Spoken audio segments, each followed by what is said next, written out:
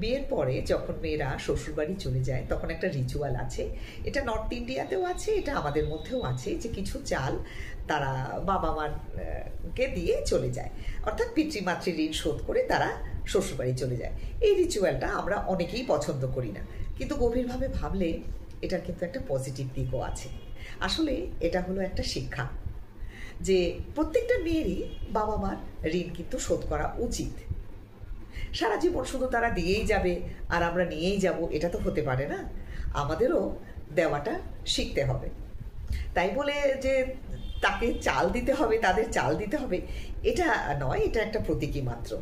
আসলে তোমার যেখানেই তুমি বৈবাহিক সূত্রে থাকো না কেন, যত দূরেই থাকো না কেন, তারা যদি তোমার বাবা মা যদি অসুবিধায় পড়েন বা তারা অসুস্থ হয়, তখন প্রত্যেকটি মেয়েরই তাদের পাশে এসে দাঁড়ানো, তাদেরকে সেবা করা, এটাই হচ্ছে রিটার্ন, তাই না? আবার আর একটা দিকও আছে। আসলে এই যে চালটা দিয়ে যায় মেয়েরা যখন বিদায় নেয়, আসলে চালকে আমরা লক্ষ্মী হিসেবেই ধরি, আবার মেয়েদেরও আমরা বাড়ির লক্ষ্মী হিসেবেই ধরি। তো মেয়ে যখন বিদায় নেয় তখন আমরা ভাবি যে বাড়ি থেকে লক্ষ্মী চলে যাচ্ছে, সেটা না ভেবে এই যে চালটা ছড়িয়ে দেয় তার অর্থ হলো যে আমি চলে যাচ্ছি ঠিকই, কিন্তু তোমার ঘরে লক্ষ্মী চিরস্থায়ী হয়েই থাকলো।